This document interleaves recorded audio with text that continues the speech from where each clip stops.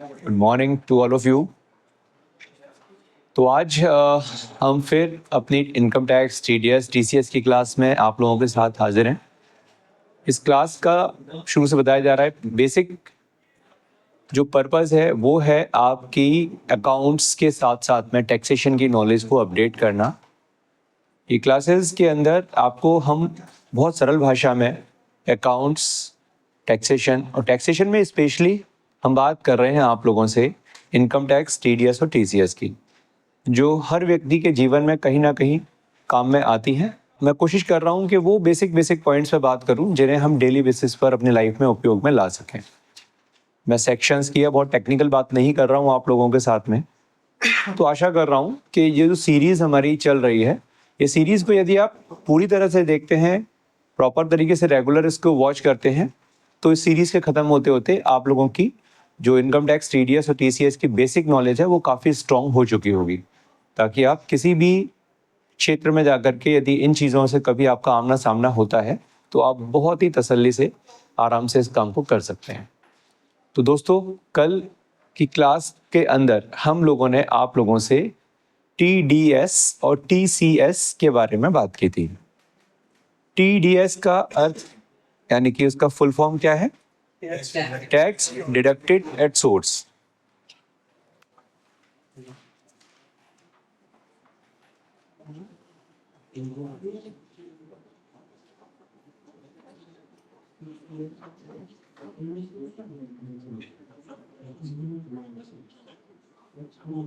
और दूसरा है TCS, tax collected at source. कल बात की जा रही थी कि टीडीएस और टीसीएस क्यों लगाया जाता है, क्यों टीडीएस और टीसीएस का कंसेप्ट अस्तित्व में आया, सरकार को क्यों टीडीएस के माध्यम से लोगों को इनकम टैक्स के दायरे में लाने की कोशिश की गई, और आज वर्तमान समय में इसका दायरा दिन प्रतिदिन बढ़ता जा रहा है। सरकार विभिन्न सोर्सेज ऑफ इनकम पर टीडीएस के प्रावधानों को लागू करके लोगों के इनकम डिक्लेरेशन कराने में उनको फोर्स करना चाहती है। एक बार कोई भी चीज़, कोई भी इनकम ऑन पेपर या डॉक्यूमेंट्स में आ जाती है तो फिर उसको हाइड करना या मैनिपुलेट करना संभव नहीं होता है, बड़ा टफ होता है। तो सरकार भी यही चाहती है, कोई भी व्यक्ति देश में कहीं पर भी किसी भी प्रकार की कोई इनकम कमाता है तो उस इनकम पर उसे टैक्स भरना चाहिए। अब वो व्यक्ति इनकम कमाए और टैक्स ना भरे तो सरकार के लिए एक प्रकार का ये झटका होता है, क्योंकि सरकार चाहती है कि जितना बड़ा देश है उस हिसाब से टैक्स भी ज़्यादा आना चाहिए और उस पैसे का उपयोग देश के डेवलपमेंट के लिए होना चाहिए। लेकिन वो संभव पिछले कुछ वर्षों में नहीं हो पाया था, लेकिन अब जैसे जैसे तकनीकी युग बढ़ता जा रहा है, चीज़ें आसान होती जा रही हैं और लोगों के लिए टैक्स की चोरी करना थोड़ा मुश्किल होता जा रहा है। तो कल हम बात कर रहे थे कि टैक्स डिडक्टेड एट सोर्स एक प्रकार से क्या है, गंगा और गंगोत्री वाला एक हमने कल कॉन्सेप्ट समझाया था आपको कि गंगा कहाँ से निकलती है, गंगोत्री से। तो हर व्यक्ति की जो गंगा है उसका नाम अलग अलग हो सकता है। किसी की किराए की गंगा हो सकती है, किसी की ब्याज की गंगा हो सकती है, किसी का सैलरी की गंगा हो सकती है, और किसी किसी को डिविडेंड या अदर प्रकार के इनकम्स के माध्यम से वो गंगा बहती है। लेकिन जब गंगा जहाँ से निकलती है, सरकार ने उस पॉइंट को पकड़ने की कोशिश की, क्योंकि एक बात बिल्कुल तय है, इतने बड़े देश में हर व्यक्ति की इनकम को जाके चेक कर पाना या उससे क्वेश्चनायर कर पाना या उसकी इनकम को असेस कर पाना, चेक कर पाना, ये प्रैक्टिकली संभव नहीं है। तो तकनीक प्लस सिस्टम्स का सहारा लेकर के क्या किया गया, रिवर्स मैकेनिज्म अपनाई गई। तो जहां से वो इनकम जनरेट हो रही है वो सोर्स को कैच किया गया और उस कैच को करने से लोगों की इनकम के बारे में जानकारी सरकार तक पहुंचना शुरू हुई, और फिर धीरे धीरे करके सरकार का जो टैक्स का कलेक्शन है वो बढ़ता चला गया। टैक्स डिडक्टेड शब्द के अंदर जो सेकंड जो शब्द है डिडक्टेड, ये शब्द हमें बताता है कि हमें पेमेंट करते समय पूरा पैसा सामने वाले को नहीं देना है, कुछ पैसा रोक करके बाकी का भुगतान करना है। वहीं कलेक्टेड शब्द बताता है कि यदि हम किसी व्यक्ति से पैसा ले रहे हैं तो उससे हमें जो हमारी वस्तु या सेवा के बदले हम पैसा ले रहे हैं उसके अतिरिक्त कुछ एक्स्ट्रा पैसा हमें कलेक्ट करना है और वो सरकार को जमा करना है। दोनों ही केसेस में पैसा यदि हमने पूरा पेमेंट ना करके रोका वो भी सरकार को जमा करना है, और यदि हमने जो पैसा लेना था उसके एक्स्ट्रा पैसा लिया तो एक्स्ट्रा पैसा है वो भी हमें सरकार को निश्चित तिथि तक जमा कराना होता है। वो सब चीज़ों के बारे में आज हम इस क्लास में जानने का प्रयास करेंगे। तो मैं उम्मीद कर रहा हूं कि कलेक्टेड और डिडक्टेड इन दोनों शब्दों में आपको अंतर स्पष्ट हो रहा होगा। ठीक है, अभी कब डिडक्ट होगा और कब कलेक्ट होगा ये भी हम अभी चर्चा कर रहे हैं आप लोगों से। तो मेरा समझाने का उद्देश्य है कि किसी भी ट्रांजैक्शन में दो पक्ष इन्वॉल्व होते हैं, दो पार्टीज हमेशा इन लेन देन तभी तो होगा। अभी आप कौन हो उस पर निर्भर करेगा, ये बात इस पर निर्भर करेगी कि हमें क्या करना है। देखिए, मैंने बताया था कल टीडीएस के बारे में कि एक व्यक्ति जो पेमेंट कर रहा है वो होता है पेयर और जिसको पैसा मिल रहा है वो है पेई। ठीक है, तो यदि आप पेयर हैं इसका मतलब क्या कि आप किसी ना किसी प्रकार का भुगतान कर रहे हैं सामने वाले व्यक्ति को, तो आपके लिए हो गया ये खर्चा एक्सपेंस और सामने वाले के लिए क्या हो गई वो इनकम। तो हमें क्या करना है, हमें ध्यान रखना है कि हम किसकी साइड हैं, एक्सपेंस वाली साइड में या इनकम वाली साइड में। तो ध्यान रखिएगा, आप जो भूमिका भविष्य में निभाएंगे वो होगी अकाउंटेंट की। तो अकाउंटेंट को ध्यान ज्यादा कहाँ रखना है, खर्चों पर। कि यदि हम कोई भी खर्चा कर रहे हैं तो खर्चा करते समय हमें ध्यान रखना है कि क्या इस खर्चे पर आयकर के अंतर्गत tax deducted at source TDS के कुछ प्रावधान लागू तो नहीं हो रहे। यदि हो रहे हैं तो आपको सामने वाले को पेमेंट करते समय उसका पूरा पैसा नहीं देना है, कुछ पैसा काट करके देना है, और बाकी जो बचा हुआ पैसा है उसको सरकार तक पहुंचाने का क्या तरीका है वो हम आपसे शेयर करेंगे। ठीक है, तो पेयर हो आप, एक्सपेंसेस के रूप में आप पेमेंट कर रहे हो, तो ऐसे में जो टैक्स आपको काटना है, ऐसे में आपका जो नाम है वो कहलाएगा डिडक्टर। डिडक्टर, तो ये कौन बन गया, डिडक्टी।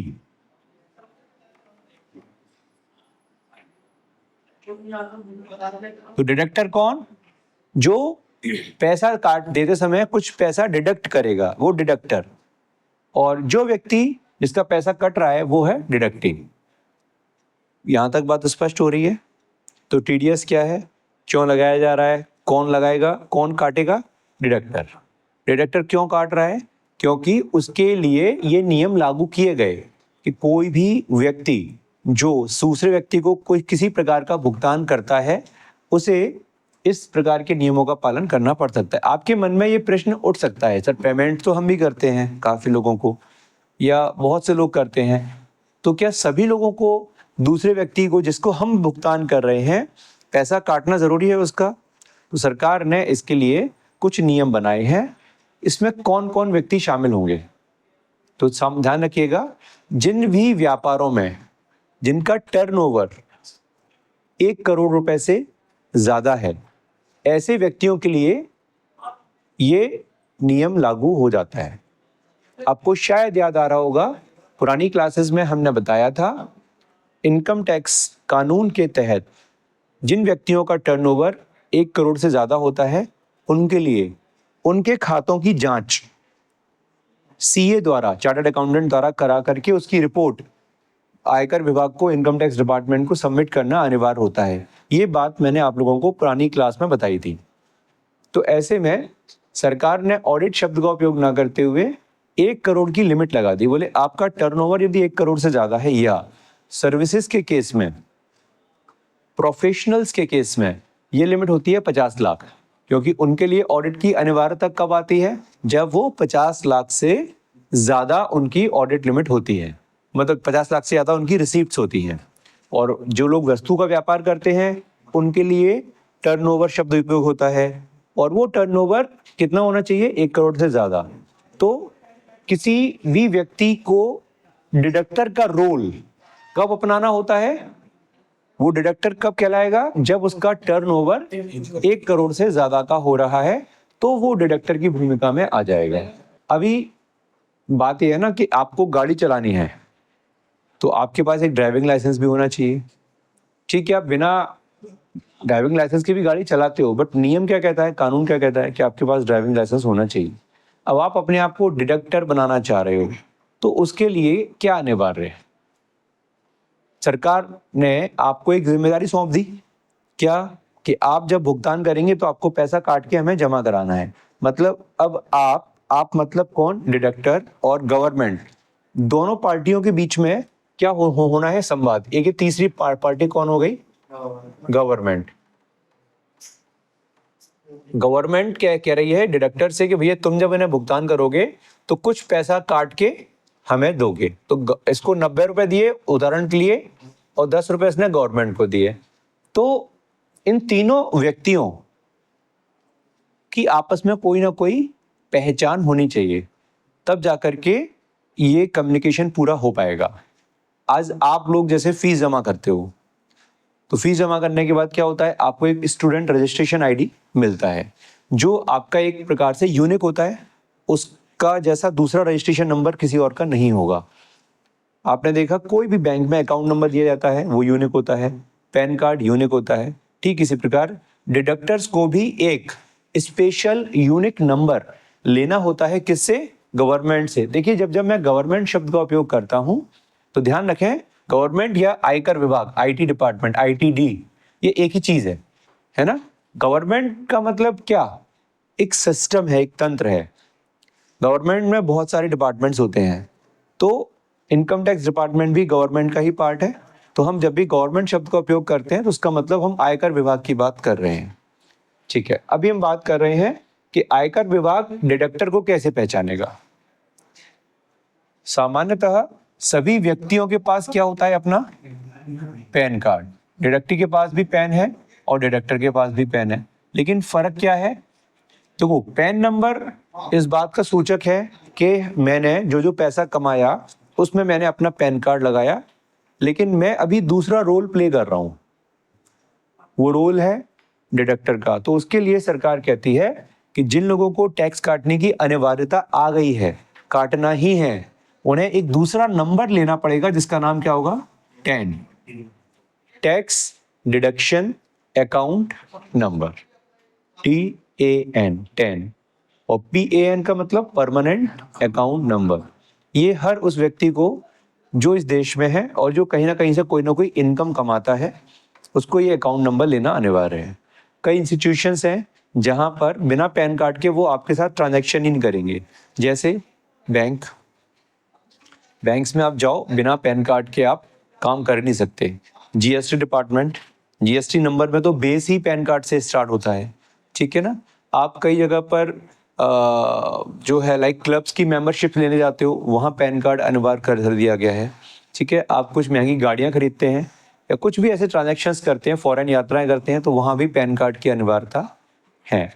तो आप समझिए पैन कार्ड तो आज हर व्यक्ति के पास है, लेकिन टैन नंबर केवल किसके पास मिलेगा, जो पेमेंट करते समय सामने वाले का पैसा काटने के लिए लायबल हो गया है। तो टैन का full form tax deduction account number. मैं थोड़ा सा इसके बारे में बता दूं ताकि आपको कभी कंफ्यूजन ना हो। देखिए जिस प्रकार पैन नंबर का आपको याद है कि विशेषता क्या होती है, pan number 10 alpha numeric characters का होता है। जैसे मेरा है AFZPA3129G, ये मेरा पैन नंबर है। ठीक है, वही टैन नंबर भी 10 अल्फा न्यूमेरिक कैरेक्टर्स का ही होता है, लेकिन फर्क ये है यहाँ 5 अल्फाबेट हैं, फिर 4 डिजिट हैं और एक अल्फाबेट है। यहाँ क्या होगा, यहाँ पर BPLO 1 2 3 4 5 और G फॉर एग्जाम्पल। तो ये क्या है, इस 10 नंबर की पहचान क्या है, यहाँ शुरू के 4 अल्फाबेट होंगे, फिर 5 नंबर्स होंगे और उसके बाद फिर एक अल्फाबेट होगा। तो आपको कभी भी ये लिखे मिले तो आप कंफ्यूज मत होना पेन और 10 में। पेन का मतलब जिसमें 5 अल्फाबेट हैं, फिर 4 नंबर्स हैं और एक अल्फाबेट है। यहाँ पेन नंबर बताया गया था। चौथा लेटर क्या बताता है, टाइप ऑफ पर्सन। पी है, सी है, एफ है, ए है, टी है, जी है, क्या है ये। और 5वां अल्फाबेट नेम या सरनेम का पहला अक्षर। ये बात हमने पहले बताई हुई है ऑलरेडी, हमारे यूट्यूब चैनल पर, इंस्टा वगैरह पे हमने इसके लिए एक छोटा शॉर्ट बना के, रील बना के डाला हुआ है, आप वो देख सकते हैं। और BPLO ये बताता है आपका उस स्टेट में जो उसकी राजधानी होती है उसका कोड होता है, जैसे भोपाल का BPL। तो आपको जो 10 नंबर इशू होंगे वो इस अकॉर्डिंगली इशू होंगे। बस आप मोटे मोटे स्तर पर पहचान रखेंगे, इसमें 5 न्यूमेरिक हैं, यहाँ 4 न्यूमेरिक हैं, ये इसकी मुख्य पहचान है। ठीक है, 10 नंबर इशू कराना होता है। और इंटरेस्टिंग बात, TCS और TDS दोनों के लिए एक ही नंबर यूज में आता है, आपको अलग अलग नंबर लेने की जरूरत नहीं है। जो 10 नंबर आपको इशू होगा उसी से आप TCS में भी यूज में लोगे और उसी को आप TDS में भी यूज में लोगे। ठीक है, तो डिडक्टिव समझ में आ गया, कॉन्सेप्ट समझ में आ रहा है, वेरी गुड। तो पेमेंट करते समय काटना है, मुझे लग रहा है यहाँ तक कहीं कोई किसी को समस्या नहीं है। तो डिडक्टर कौन, डिडक्टिव कौन, 10 नंबर क्या होता है ना, TDS क्या होता है, TCS क्या होता है, ये सब चीजें हम लोगों ने अच्छी तरह से समझ ली हैं। मैं बार बार आपको रिमाइंड कर दूं, आपका रोल अकाउंटेंट का है। आपको भुगतान करते समय, पेमेंट करते समय TDS का विशेष रूप से ध्यान रखना होता है कि मैंने जो पेमेंट किया वो TDS उस पर लगेगा या नहीं लगेगा, मुझे काटना है या नहीं काटना है, ये स्पष्ट होना चाहिए। आपका रोल वहां पर है। वहीं डिडक्टिव जो होता है, कभी कभी आप उस रोल में भी होते हो। मैंने जैसे कल एग्जांपल दिया था, आपका एक बड़ा बिजनेस है, उस बिजनेस का टर्नओवर 10, 15, 20 करोड़ का है, या मैं कह रहा हूँ 2-4 करोड़ का ही मान लो। कुल मिलाकर के आप ऑडिट की लिमिट में आते हो, ऑडिट होनी है आपकी। अब ऐसे में आप क्या करते हो, व्यापार में आपके कुछ ब्रोकर्स हैं, कुछ कमीशन एजेंट्स हैं, उनको आप पेमेंट करते हो। आपने अपनी जो फैक्ट्री या ऑफिस की बिल्डिंग ले रखी है उसका किराया अच्छा खासा जा रहा है, आपके यहाँ बहुत महंगे महंगे एम्प्लॉयज़ भी काम कर रहे हैं। और इसके अलावा आप क्या करते हो, बहुत सारे कॉन्ट्रैक्टर्स आपके संपर्क में हैं, उनको आप पेमेंट कर रहे हो। आप जिस फर्म में काम कर रहे हो पार्टनरशिप फर्म है, तो उसके पार्टनर्स को रेम्यूनरेशन या उसके अंतर्गत ब्याज जो दिया जाता है उस पर TDS काटने की लायबिलिटी आ रही है। वहीं दूसरी तरफ आपने अपना पैसा, मतलब अब आप कौन हो, एक बड़ी फर्म हो, बिजनेस हो, जो डिफरेंट टाइप के पेमेंट्स अपने कॉन्ट्रैक्ट के लोगों को कर रहे हो। बात समझ में आ रही है। वहीं दूसरी तरफ आपका पैसा कहाँ पर है, आपका पैसा जमा है बिजली विभाग में। आपको पता है बिजली विभाग में जब आप कोई बड़ा कनेक्शन लेते हो फैक्ट्री वगैरह के लिए, तो सिक्योरिटी डिपॉजिट लेते हैं वो लोग, उस पर TDS काटते हैं, उस पर ब्याज देंगे आपको, ब्याज पे क्या काटेंगे वो, TDS। तो आपके व्यापार का TDS कट सकता है कहाँ, जब आपने कहीं से कोई आपको ब्याज की इनकम आ रही है। बैंकों में आपके पैसा जमा है, वहां आपको ब्याज मिल रहा है, वहां पर आपका क्या कट सकता है, TDS। या आपकी फर्म किसी और के लिए कमीशन एजेंट का काम करती है, आपको कमीशन आ रहा है, वो व्यक्ति का क्या काट सकता है, आपका TDS। ऐसे कई सारे कारण हो सकते हैं जहां आपका भी TDS कहीं कट रहा हो। तो कुछ ट्रांजैक्शंस में आप किस रोल में होते हो, डिडक्टिव के, लेकिन काफी ट्रांजैक्शंस में आप किस रोल में होते हो, डिडक्टर। तो ध्यान ये रखना है, आप किसी भी फर्म की अकाउंटिंग करो, वहां डिडक्टिव और डिडक्टर आप दोनों बन जाते हो। डिडक्टिव के लिए दिक्कतें ज्यादा नहीं है, क्योंकि डिडक्टिव के लिए तो टैक्स कटना था, कट गया, अब तो केवल एक अकाउंटिंग एंट्री होनी है। ठीक है, वो भी असेट्स के रूप में वो क्रिएट हो जाएगा, नो टेंशन। केवल आपका वो जो पैसा कटा है वो ऑनलाइन एक डिपार्टमेंट का पोर्टल है, वहां पर वो शो होना चाहिए। वो मैं कोशिश करूंगा लैपटॉप कनेक्ट करके आपको यहाँ दिखा सकूं। वहीं दूसरी तरफ यदि आपने पैसा काटना है तो फिर आपके ऊपर रिस्पॉन्सिबिलिटी ज्यादा आ गई। ठीक है, इसके बारे में अब मैं आप लोगों से आगे चर्चा करने वाला हूं। यहां तक हमने पूरा बेस क्लियर आप लोगों का कर दिया कि क्यों, कब, कैसे, कहां। ठीक है, अब देखिए TDS के अंतर्गत अब मेरा जो अगला चरण है उसमें मैं आपको बताने वाला हूं कि आखिरकार टीडीएस की पूरी प्रोसेस क्या है। अब हम लोग केवल एक माइंडसेट से आगे बढ़ेंगे। टीसीएस के बारे में मैं इसके बाद बात करूंगा आप लोगों से। अभी मैं टीडीएस के बारे में बात कर रहा हूं। पूरा माइंडसेट केवल इस पॉइंट पर रखिएगा कि मुझे पेमेंट करते समय, भुगतान करते समय लोगों का टीडीएस काटना पड़ रहा है, उस समय आपकी क्या क्या जिम्मेदारियां हैं, उसके विषय में हम आपसे इसमें चर्चा कर रहे हैं। चलिए, तो देखिए, सबसे पहले तो आप ये देखिए कि क्या हमारा टर्नओवर 1 करोड़ से ऊपर है। ठीक है। क्या मेरे पास 10 नंबर की जरूरत पड़ेगी? आपने देखा, हाँ, कुछ पेमेंट्स ऐसे हो रहे हैं जहां मुझे टीडीएस काटना पड़ेगा। तो सबसे पहले आपके पास क्या होना चाहिए? 10 नंबर। ये आपको चेक करना है, क्या मेरे पास 10 नंबर है तो बहुत अच्छी बात है। नहीं है तो हमें क्या करना पड़ेगा? इसके लिए अप्लाई। ठीक है, इसके लिए अप्लाई किया जाता है। ओके, 10 नंबर अप्लाई किया हमने, हमारे पास 10 नंबर आ गया। 10 नंबर के बारे में थोड़ी देर पहले क्या बताया था? कितने अल्फा न्यूमेरिक का होता है ये? 10, जिसमें पहले 4 अल्फाबेट, फिर 5 नंबर्स और लास्ट में एक अल्फाबेट। ठीक है, 10 नंबर के लिए अप्लाई किया। नंबर 2 पर हमको ध्यान ये रखना है कि इसमें एक बहुत इंपॉर्टेंट मैं शब्दों का यूज कर रहा हूं, जिसका अर्थ समझने का प्रयास कीजिएगा। हमने कहा पेमेंट और credit, which ever is earlier. क्या मतलब है इस लाइनों का? पेमेंट और credit, which ever is earlier. क्या मतलब इन शब्दों का? देखिए, आपने देखा कि आपको टीडीएस काटने की जरूरत पड़ेगी, तो आपने तुरंत 10 नंबर के लिए अप्लाई किया। कहाँ से करेंगे, कैसे करेंगे, मैं शॉर्ट में बता देता हूँ। किसी भी फर्म को 10 नंबर की जब जरूरत पड़ती है तो नॉर्मली वो अपने सीए या वकील से संपर्क करता है। सीए या वकील क्या करते हैं, उस शहर में डिपार्टमेंट द्वारा एक सिस्टम जो होता है TIN-FC, TIN-FC, इनके माध्यम से 10 नंबर को अप्लाई किया था। हालांकि आजकल ऑनलाइन भी सिस्टम आ गया है। हाँ जी, हाँ, NSDL से हो जाता है, बट ऑलरेडी गवर्नमेंट ने पूरा एक सिस्टम डेवलप किया हुआ है। वो हर शहर में, हर कस्बे में उन्होंने TIN-FCs बनाए हुए हैं। इनका फुल फॉर्म, TIN का full form tax information network, FC का मतलब फैसिलेशन सेंटर। ये लोग क्या करते हैं, ये TIN-FCs का डायरेक्टली एसोसिएशन होता है NSDL द्वारा अपॉइंटेड फ्रेंचाइजीज के माध्यम से, जैसे अलंकित, UTI, रेलिगियर और भी ऐसे कई सारे डिपार्टमेंट्स हैं जो लोग TIN-FCs के रूप में काम करते हैं। TIN-FCs में मेनली 3 तरह की सर्विस आ गई, 4 तरह की। कौन कौन सी? पैन कार्ड के लिए अप्लाई करना, टेन के लिए अप्लाई करना। पैन कार्ड और टेन, ध्यान रखना, दोनों चीजें। पैन कार्ड में कार्ड बन के आएगा आपके घर पर, टेन में कोई कार्ड बन के नहीं आता है, सिर्फ नंबर इश्यू होता है। ठीक है, इसके अलावा फॉर्म 15G 15H क्या होते हैं, इसके बारे में मैं आगे चर्चा करूंगा आपसे।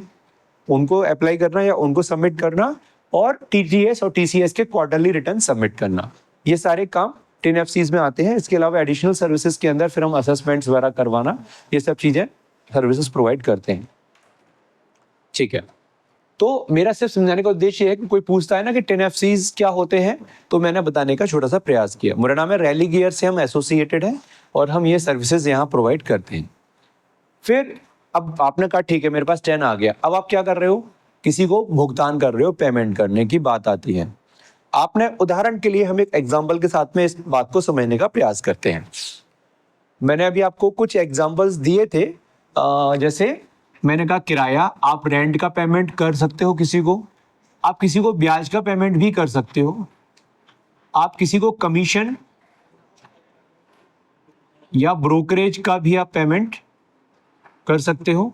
इसके अलावा आप किसी को प्रोफेशनल फीस का पेमेंट कर सकते हो, आप किसी कॉन्ट्रैक्टर को भुगतान कर सकते हो। ये मेनली 5 ऐसे हेड हैं, होने को बहुत सारे हैं।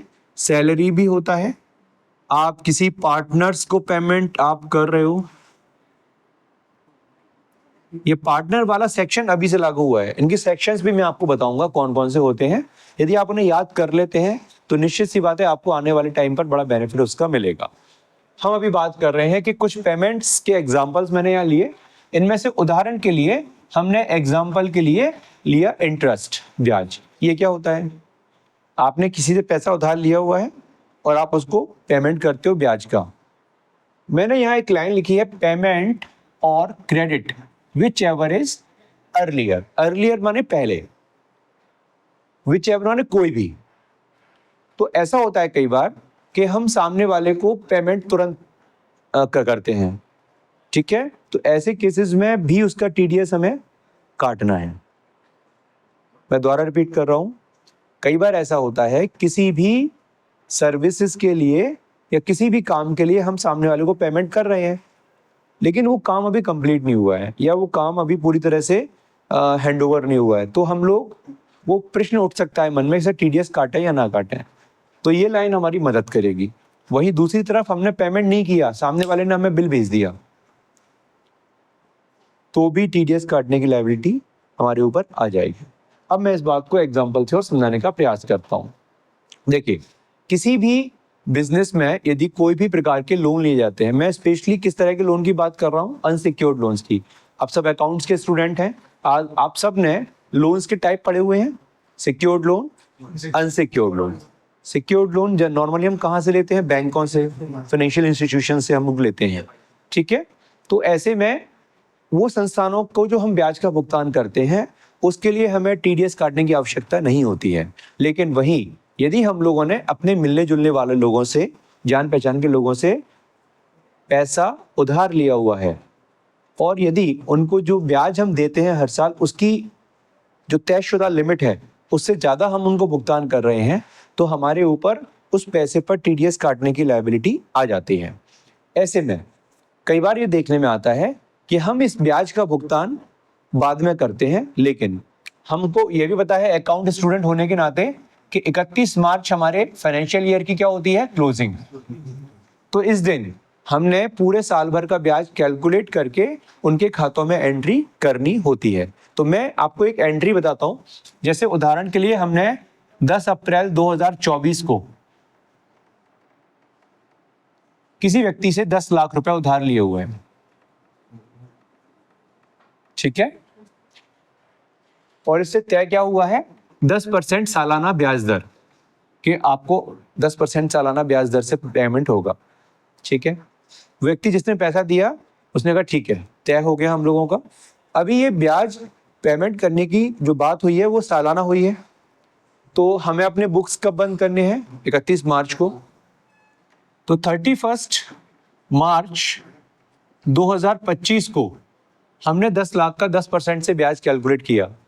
हालांकि ये 10 अप्रैल को लिए गए हैं, मैं बहुत बारीकी में नहीं जा रहा हूं, मैं मान के चल रहा हूं कि हम पूरे महीने का ब्याज दे रहे हैं। तो 10 लाख रुपए का 10% के हिसाब से ब्याज कितना बैठा? 1 लाख रुपए का। 1 लाख रुपए का ब्याज बैठा। अब यहाँ समझने वाली बात यह है कि मैंने ये 1 लाख रुपए उसको भी दिया नहीं है।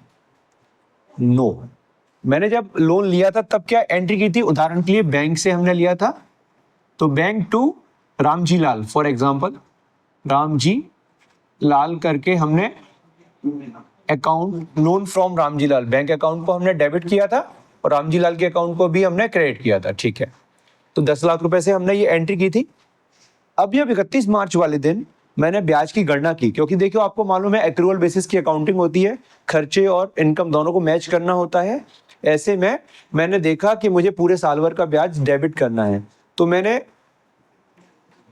एक एंट्री की, इंटरेस्ट ऑन यूएसएल 1 लाख रुपए से टू, अब क्रेडिट में क्या होगा? मैंने पेमेंट अभी किया नहीं है, लेकिन मुझे वो 1 लाख रुपए क्रेडिट करने पड़ेंगे। किसके खाते में? रामजी लाल के खाते में। रामजी लाल अकाउंट, कितना? 1 लाख। तो आप समझिएगा कि अभी रामजी लाल का खाता पहले कितने से क्रेडिट था? 10 लाख से, और 1 लाख से और क्रेडिट हो गया तो 11 लाख हो गया। मैंने क्या बोला था? पेमेंट और credit which ever is earlier. मैं उसको पेमेंट अभी 1 लाख का नहीं कर रहा हूँ, हो सकता है अगले महीने वो ब्याज मांगने आ जाए, तो मैं पेमेंट चाहे उसको अगले महीने कर दूं, लेकिन मुझे तो अकाउंट 31 मार्च को क्लोज करने हैं, तो मैंने पहले क्रेडिट कर दिया। तो ऐसे में आपने जो एंट्री की इंटरेस्ट ऑन यूएसएल, ये बिल्कुल ठीक थी। रामजी लाल को 1 लाख से क्रेडिट किया, ये भी ठीक है, लेकिन चूंकि अब आपको क्या करना है, टीडीएस काटना है, तो अब आप क्या करने वाले हैं, रामजी लाल को 90,000 रुपए से क्रेडिट करेंगे टू टीडीएस ऑन यूएसएल के नाम से एक लीडर बना के 10,000 रुपए से इसको क्रेडिट करेंगे। मैं आपको साथ में अकाउंटिंग ट्रीटमेंट भी समझा रहा हूं। ये एंट्री समझ में आ गई थी। इंटरेस्ट ऑन यूएसएल डेबिट ही होगा 1 लाख से, क्योंकि मेरा वो खर्चा 1 लाख का ही है। फर्क ये है मैं उसके खाते में अभी कितने रुपए डाल रहा हूं, केवल ये 10,000 रुपए में इनकम टैक्स में जमा करने के लिए अलग से लायबिलिटी खड़ी कर ली मैंने अपनी। अब जब मैं इसको जमा करूंगा तो मैं टीडीएस ऑन यूएसएल को डेबिट करूंगा और बैंक अकाउंट को क्रेडिट करूंगा।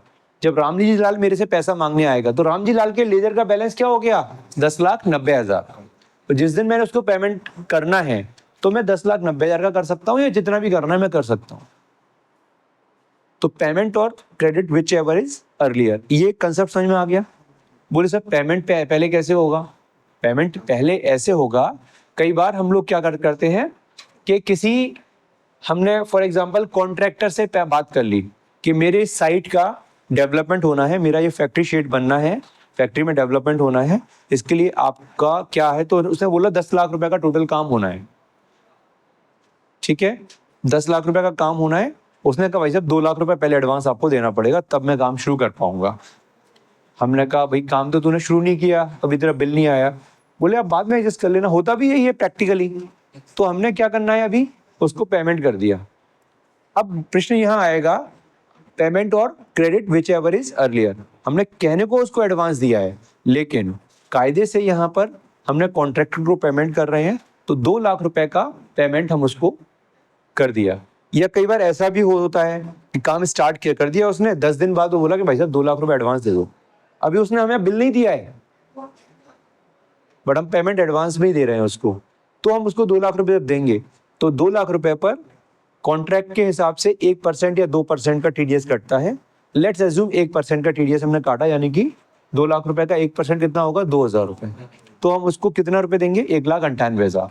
बाकी के 2,000 उसके हमने जमा करने हैं कहाँ, इनकम टैक्स डिपार्टमेंट में। तो पेमेंट और credit which ever is earlier, ये कंसेप्ट समझ में आ रहा है। ये आपको हमेशा याद रखना है एज एन अकाउंटेंट। आप पेमेंट कर रहे हैं या आप वो, या पेमेंट नहीं कर रहे हैं लेकिन आपको एंट्री खड़ी करनी है उसके खातों में, तो भी आपको टीडीएस काटना पड़ेगा। ठीक, ये थी दूसरी पॉइंट।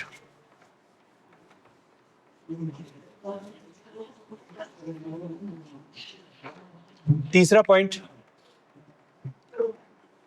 ठीक है साहब, हमने टीडीएस क्या किया, काट लिया, हमने एंट्री कर ली। अभी मुझे क्या करना है, उस टीडीएस को गवर्नमेंट को पहुंचाना है। सरकार 2 चीजें आपसे चाहती है, एक होता है चालान और एक होता है रिटर्न।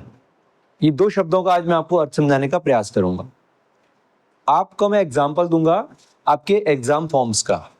जब आप कभी भी एग्जाम फॉर्म भरते हो अपने ग्रेजुएशन में, तो पहले आप एमपी ऑनलाइन पे जाके चालान जमा करते हो, तब आपका एग्जाम फॉर्म भरा जाता है। सेम सिस्टम टैक्सेस में चलता है। सरकार कहती है पहले पैसा फिर जानकारी। मैं इसको और सिंप्लीफाई करूं आप लोगों के लिए, चालान शब्द का सीधा सा अर्थ है पैसा और रिटर्न शब्द का सीधा सा अर्थ है जानकारी।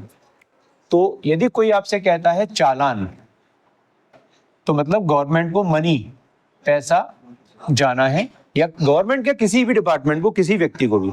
आपका आरटीओ का चालान कटता है ना, आप लोगों का फीस का चालान कटता है, और आप लोगों का कई सारे प्रॉपर्टी के चालान कटते हैं, नगर निगम में चालान कटता है। चालान माने पैसा, मनी। और नंबर 2 रिटर्न। रिटर्न शब्द की कई बार हम लोग गलत मतलब निकालने लगते हैं। सामान वापस किया, रिटर्न, ये वो रिटर्न नहीं है, ध्यान रखना। रिटर्न का मतलब होता है जानकारी, इंफॉर्मेशन। गवर्नमेंट आपसे जो जानकारी मांगती है उसको हम कहते हैं रिटर्न फाइल करना, और जो चालान आप पैसा जमा करते हैं उसको बोलते हैं चालान भरना। ठीक है, गवर्नमेंट कहती है आपने पेमेंट और क्रेडिट विच एवरेज एलियल का रूल फॉलो किया, आपने अपने चाहे तो खातों में एंट्री कर ली, या फिर आपने लाइक पेमेंट भी कर दिया तो हमें कोई दिक्कत नहीं है, हमें पैसा पहले चाहिए, चालान इज फर्स्ट। तो सरकार ने इसके लिए क्या नियम बनाए, बोले जिस महीने आपने पैसा डिडक्ट किया है या क्रेडिट किया है, वॉट एवर इज अर्लियर, उसके नेक्स्ट मंथ की सेवंथ डेट क्या है आपकी, फाइनल डेट है, काय के लिए, चालान जमा करने के लिए। केवल मार्च महीना एक एक्सेप्शन होता है क्योंकि क्लोजिंग मंथ होता है, इसके लिए आपको दिया जाता है 30 अप्रैल, अदरवाइज नेक्स्ट मंथ की सेवंथ तक आपको चालान जमा कराना होगा। समझ में आ रही बात? तो आप कहीं फर्म में काम कर रहे हो, आपने किसी का टीडीएस काट लिया, उसका चालान जमा कराना मत भूल जाना, अगले महीने की 7 तारीख, यदि मार्च में काटा है तो 30 अप्रैल तक, फिर से नहीं करें तो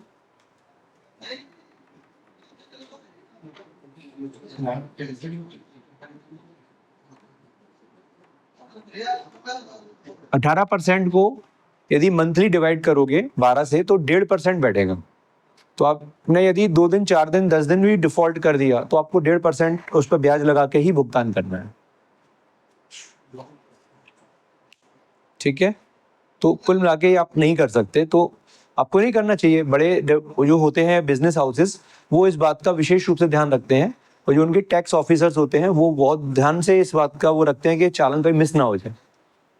ठीक है, तो ये तीसरा स्टेप ये समझ में आ गया। चौथा step, quarterly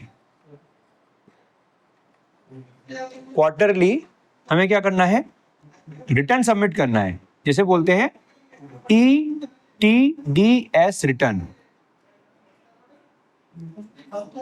ईटीडीएस return, E for electronically tax deducted source return. ये क्वार्टरली होता है, क्वार्टरली। तो एक साल में कितनी बार होंगे, 4 बार। 4 बार में सबसे पहले क्या आता है, Q1।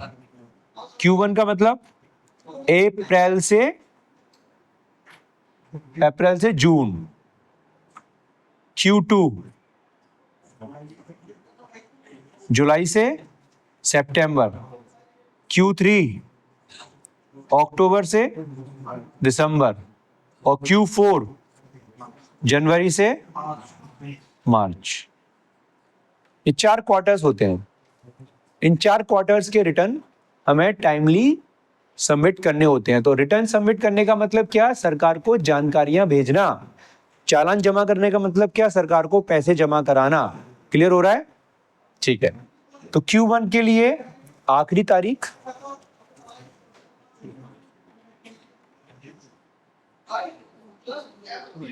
31 जुलाई, सितंबर के लिए 31 अक्टूबर, दिसंबर के लिए 31 जनवरी, और मार्च के लिए 31 अप्रैल। मुझे मालूम था कविताओं में कोई ना कोई तो बहेगा, नहीं, 31 मई। 2 महीने दिए जाते हैं।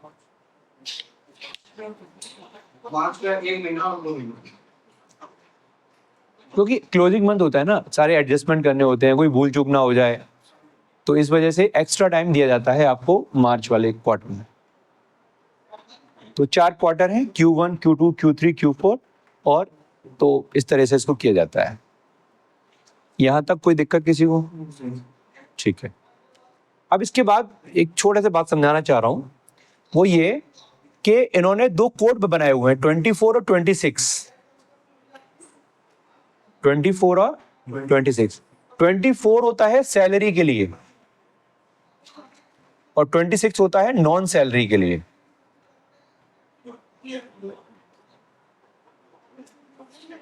तो मैंने बोला 24 Q1 तो मतलब क्या,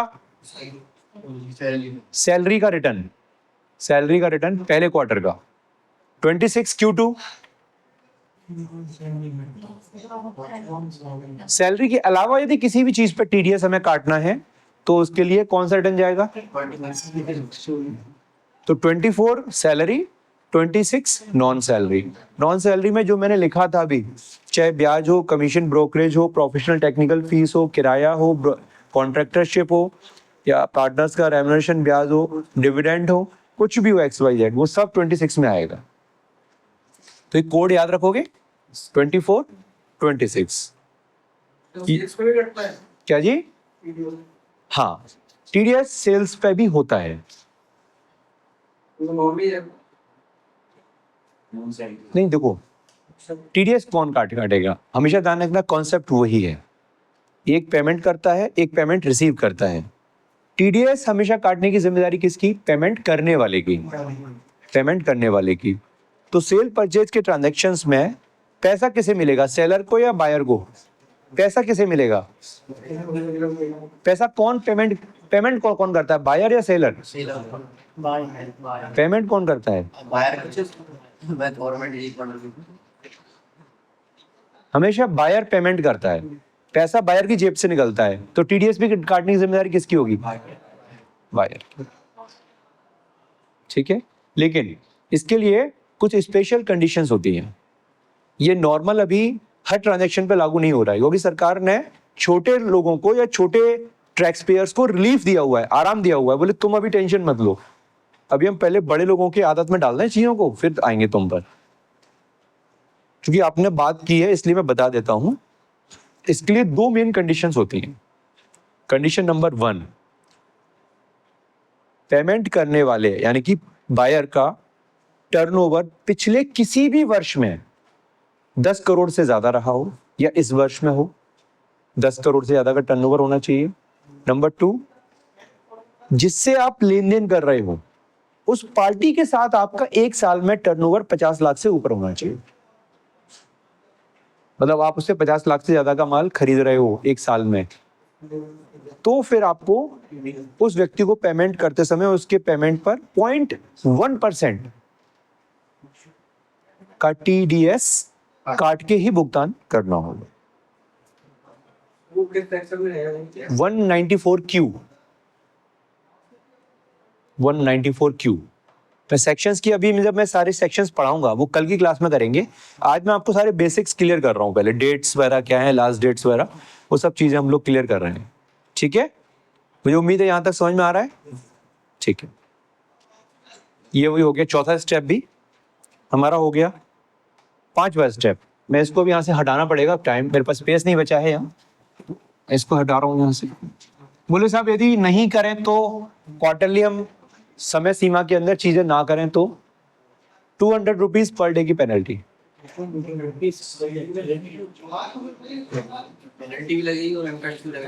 देखो इंटरेस्ट हमेशा किस पे लगता है? ब्याज, मतलब पैसे पर। पेनल्टी किस पे लगती है? आपके द्वारा यदि कोई नियम का पालन नहीं किया गया तो आप पे पेनल्टी लगेगी।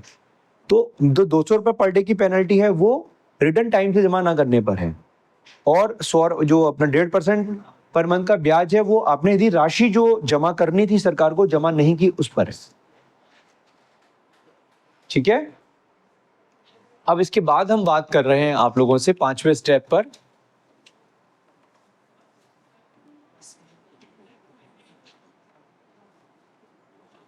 देखिए अभी आपने किसी व्यक्ति का टीडीएस काटा, ठीक है, आपने टीडीएस काटा, पहले तो 10 नंबर लिया, फिर टीडीएस आपने काटा, फिर उसका चालान जमा किया और आपने उसका रिटर्न भी सबमिट कर दिया।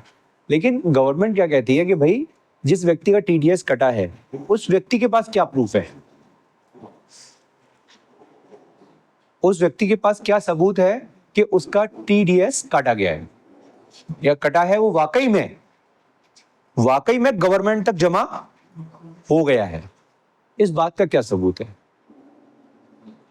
तो ऐसे में गवर्नमेंट कहती है कि आपको फॉर्म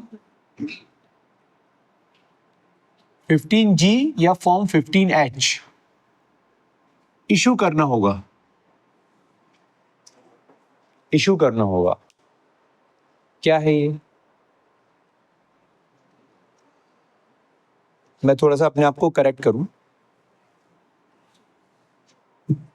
5वें स्टेप के अंदर जिस व्यक्ति का टीडीएस काटा गया है, डिडक्ट हुआ है, उस व्यक्ति को इस बात का कैसे एश्योरेंस हम दिलाएं कि उसका जो पैसा उसको कब मिला है वो वाकई में गवर्नमेंट तक पहुंच गया है। वो उस पैसे को कैसे वापस लेगा, इस सब की प्रक्रिया है, वो हम बाद में बात करेंगे। लेकिन इस बात का एश्योरेंस दिलाने के लिए गवर्नमेंट ने एक कंप्लायंस और आपके लिए जोड़ी। किसके लिए? डिडक्टर के लिए। बोले 4 स्टेप आपने फॉलो कर लिए, 5वें में क्या करना है आपको? सामने वाले को फॉर्म 16 या फॉर्म 16A इशू करना है। फॉर्म 16 या फॉर्म 16A इशू करना है। क्या होता है? आपको मैंने बताया पूरे टीडीएस को 2 सेक्शंस में डिवाइड किया गया है, 24 और 26। 24 सैलरी के लिए, 26 नॉन सैलरी के लिए। तो जितने भी सैलरीड लोग होते हैं जो 24 में फॉल करते हैं, उनके लिए होता है फॉर्म 16। तो जितने भी नॉन सैलरीज लोग होते हैं उनके लिए होता है फॉर्म 16A। ठीक। फॉर्म 16 ईयरली इशू किया जाता है, साल में एक बार। 16A क्वार्टरली इशू किया जाता है। उदाहरण के लिए, मैं यदि किसी डिपार्टमेंट में कॉन्ट्रैक्टर हूं, इलेक्ट्रिसिटी डिपार्टमेंट में या किसी वाटर रिसोर्स डिपार्टमेंट में या नगर निगम में, मैंने क्या किया, अभी अप्रैल चल रहा है, मैंने अप्रैल में सप्लाई दी, सप्लाई पर मेरा टीडीएस कटा और उसके बाद अगले 6 महीने तक मेरा कोई कॉन्ट्रैक्ट नहीं आया। तो उन्होंने टीडीएस जो काटा वो किस क्वार्टर में काटा? क्वार्टर फर्स्ट में। अब इसके बाद हो सकता है पूरे साल में दोबारा कभी मेरा कोई काम हो ही ना, या फोर्थ क्वार्टर में कोई काम हो। तो गवर्नमेंट का कहना यह है, गवर्नमेंट का मतलब आईटी डिपार्टमेंट का कहना यह है कि भैया जिस क्वार्टर में आपका जितना काम हुआ उसका टीडीएस सर्टिफिकेट ले जाओ, अगले क्वार्टर में करो तो अगले क्वार्टर में ले लेना, नहीं तो मत लेना। वहीं दूसरी तरफ क्या ऐसा होता है कि हम 3 महीने किसी कंपनी में काम कर रहे हैं, फिर 4 महीने किसी कंपनी में काम कर रहे हैं, फिर 6 महीने किसी कंपनी में काम कर रहे हैं? ऐसा होता है कभी? सामान्यतः नहीं होता है। बहुत कम लोगों के साथ ऐसा हुआ कि उन्हें फ्रीक्वेंट जॉब चेंज करनी पड़ती है, बट ज्यादातर लोग एक बार एक जगह लग गए तो साल, 6 महीने, 2 साल, 3 साल लग करके ही काम करते हैं, है ना? ऐसा बहुत कम देखने में आता है कि आप एक साल में 3-3 या 4-4 जॉब चेंज कर रहे हो। 2 जॉब चेंज हो सकती हैं। भाई मैं कई सालों से एक जगह काम कर रहा था, इस साल जाकर के मेरे काम मुझे स्विच करना है, मुझे अगली कंपनी में जाना है, तो आप स्विच कर जाते हो, कोई बड़ी बात नहीं है। लेकिन ऐसा कम होता है। वहीं दूसरी तरफ हम क्वार्टरली बेसिस पर काम कर सकते हैं अदर देन सैलरी। तो सरकार का मानना यह है कि भैया यदि आप सैलरी ले रहे हो तो साल में एक बार ही आपको फॉर्म इशू होगा, हर 3-3 महीने में इशू, क्योंकि एक ही व्यक्ति से आप लगातार 12 महीने तक ट्रांजेक्शन कर रहे हो, तो वो आपको हर महीने या हर क्वार्टरली फॉर्म नहीं देगा कि आपका टीडीएस कट रहा है, वो आपको साल में एक बार इशू करेगा। तो ये फॉर्म 16 आपको अभी बताया था मैंने, सालाना काम होगा ये वाला। तो मार्च महीने का जो टीडीएस काट के जमा की होगा अप्रैल में, और 31 मई लास्ट डेट होती है। तो फॉर्म 16 इशू करने का जो आखिरी तारीख होता है वो होता है 15 जून, 15 दिन के बाद। आखिरी तारीख है 31 मई। 31 मई के 15 दिन और देते हैं वो। 15 जून तक आप सारे कर्मचारियों को फॉर्म 16 जारी कर दें कंपल्सरली, क्योंकि उस कर्मचारी को अपनी आयकर जमा करवाने के लिए जो डॉक्यूमेंट है वो क्या है? फॉर्म 16। इसके आधार पर ही वो अपना आयकर रिटर्न जमा कर सकता है। ठीक है। वहीं दूसरी तरफ जो अदर लोग हैं उन्हें क्वार्टरली इशू होता है, तो वो लोग इसको करने के लिए नॉर्मली तारीख क्या होती है? 31 लास्ट होता है, 31 जुलाई, 31 अक्टूबर, 31 जनवरी। तो वो अगले महीने, उसके अगले महीने की 15 तक, 15th of next month of return filing month,